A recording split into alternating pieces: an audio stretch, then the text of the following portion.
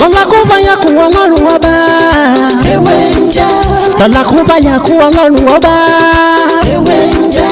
ewé ajẹ́. ewé ń jẹ́. àwọn lórí bá bọ́ sóhun mi lọ́jọ́ dìbò. ewé ń jẹ́. ewé.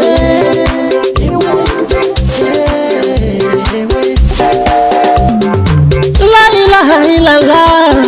Alawalu, alakiru, asọhiru, abatinu, ọlọ́run ọba. Ìwọ ló pamọ́, ìwọ ló fara jáde. Alárágbá yìí dániyàn, ara tó wù ọ́ dáadáa ló dẹ̀ ń dán. Èyí tó ní káwa máa fẹ́ wé dá ládẹ̀ fi dá. Ìwọ ṣàlò ní kọ́kọ́rọ́ gbogbo ẹ̀mí nìyẹn.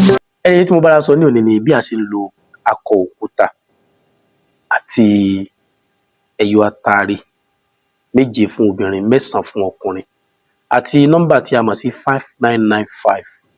Mo ti ṣàlàyé nọ́mbà yìí rí dáadáa, ọ̀nà bá ṣe máa ń lo nọ́mbà yìí pọ̀.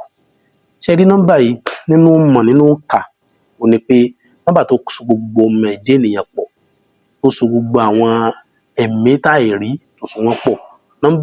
Nọ́mbà yìí ṣáà jẹ́ odidi ayé, sọ̀rọ̀ mi yé, àti gbogbo nǹkan tó ń gbénú ẹ̀.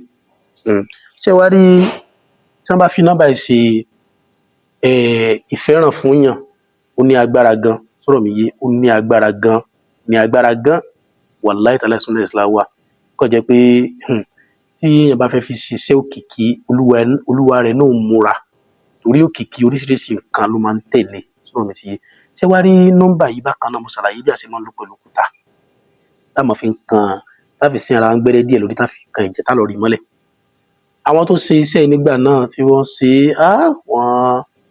wọ́n fún mi testimony gan lórí ẹ̀, tó jẹ́ pé inú mi sì dùn. Ṣé rí ọ̀tá ò fẹ́ jẹ́ kéèyàn ṣe nǹkan rí láyé o. Kódà ọ̀tá ń dààmú ìwọ tó ń kàwé lọ́wọ́ gan, ọ̀tá ń dààmú ẹlòmíì. Ìwọ tó tún ti kàwé tán tó tún ń wáṣẹ́, ọ̀tá ń dẹ̀ láàmú o. Ìwọ tó wáṣẹ́ tán tó tún ríṣẹ́ tán tó tún gbógun tiẹ̀, kò síbi tí ò sí ọ̀tá. Olówó à ń lé face man face ọ̀tá pọ̀. Tó bá tún délé ara tiẹ̀ náà, tó bá yẹ pé níbọ̀ tó mú létí gan, ọ̀tá ló jẹ́ fún ẹ kọ́. So lẹ́yìn o gbọ́dọ̀ mọ̀ fi ra ẹ̀ sílẹ̀. Ọ̀tá wọ́n máa ń bí wọ́n ṣe pàkàn nìkan wọ́n máa ń rúwé, sọ̀rọ̀ mi yé. Èèyàn ní mọ̀ fi ara ẹ̀ sílẹ̀. Gbogbo ìgbàkígbà tán bá ti ń gbé nǹkan burúkú wá kán mọ́ báwọ̀ náà lákọ̀, sọ̀rọ̀ mi yé. Ṣé wá rí sẹ́yìn? Ọjọ́ Thursday ní ìrọ̀lẹ́ aago 6 la máa ń ṣe. Bẹ̀ tó bá yẹ pé Muslim ni wá, ẹ jẹ́ ká ṣe ní after Isha ní alẹ́ ká tó sùn la máa ń ṣe. Sẹ́rí red marker ni a máa wá. Red marker. A máa wá kọ 5995. A lè kọ́ Lárúbáwá, a lè kọ́ ní nọ́mbà, sọ̀rọ̀ mi ti yé. Tá bá ti wá kọ́, á wà gbọ́rọ̀ báyìí ni kò gbọdọ̀ wà báyìí, sọ̀rọ̀ mi ti yé. Tá bá ti wá kọ́ síbẹ̀, á wá ẹyọ àtàrí méje fún obìnrin, á wà 9 fún ọkùnrin. Ṣé wá rí òkúta tá a kọ nǹkan sí ẹnu ọ̀nà ilé wa, main entrance wa, òun là á gbé sí. Tá bá ti wá gbé síbẹ̀, á wá kó ẹyọ àtàrí yẹn sí. Á wá fi òkúta míì á fi lọ tí ó kúnná. Tó bá ti wá kúnná, ẹ jẹ́ ká bu àtàrí yẹn, ẹ jẹ́ ká fi sa orí wa láti wájú lọ sí ẹ̀yìn. Tá bá tí wọ́n ń sà á, lá máa ṣe àdúrà.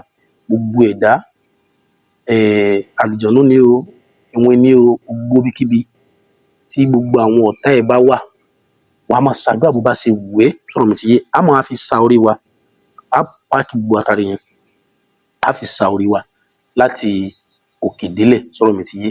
Tá bá fi sa orí wa, láti òkè délẹ̀ bẹ́yẹn tán, ẹ jẹ́ kí a lọ tọ́jú òkúta yẹn ká fọnú. A lè máa ṣe bẹ́ẹ̀ lẹ́ẹ̀kọ̀ọ̀kan, sọ̀rọ̀ mi ti yé. Iṣẹ́ tó ní agbára ni. Nípé tó bá ṣe, àwọn ọ̀tá wọ́n fẹ́ dìde nígbà tó bá ti dẹ̀ wò lójú ayé tí wọ́n tó bá yá náà wọ́n dọ̀rẹ́ náà ni, sọ̀rọ̀ mi ti yé. Iṣẹ́ tó ní agbára ni. Ẹ wò, Ọlọ́run ní dára láàmú. Èmi náà lọ́mọ yín, àbúrò yín, olùfẹ́ yín, Dr. Mutiu. Ọlá ti gbé ìtàyé mọ̀ sí mi jẹ́. Ẹ̀rí tó bá dìgbà míì, á tún mú ọ̀rọ̀ míì tí ó tún yàtọ̀ sí ilé wa. Ẹ má gbàgbé láti subscribe sí ètò Kílíò kó fún wa ní ọ̀pọ̀lọpọ̀ àǹfààní lórí àwọn kan míì tá a ṣe àtèyí tá a ṣe torí pé ìtì àti ìṣe. Lọ́la kó bá yà kú ọlọ́run ọba. ewé ń jẹ́. Lọ́la kó bá yà kú ọlọ́run ọba. ewé ń jẹ́. Ewé ajẹ́. ewé ń jẹ́. Àwọn lórí bá bọ́ sóhun mi lọ́jọ́ dìbò. ewé ń jẹ́. Ewé.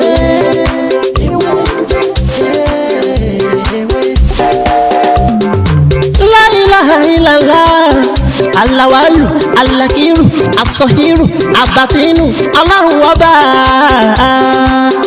ìwọ ló pamọ́ ìwọ ló fara jáde alárágbá yìí dániyàn ara tó wù ọ́ dáadáa ló dẹ̀ ń dán èyí tó ní káwa máa fẹ́ wé dá ládẹ̀ fi dá ìwọ ṣàlò ní kọ́kọ́rọ́ gbogbo ẹ̀mí nìyẹn fásikúrú ni wọ́n síkúrú ni wọ́n nínú ìsìnkú kó fàyà kùn rẹ̀ láfi ń ṣe tiwa ewé jẹ́ òun bẹ́ẹ̀ èyí tó dá fún wa ládẹ̀ gbójúlé èyí tó ní ká ló ládẹ̀ ń lò ọba ńlá ń dákun máa jẹ́ ká ṣiṣẹ́ ọba tó rí gbogbo ẹ̀dá ta ò rí ìwọ lọ́ba tá ń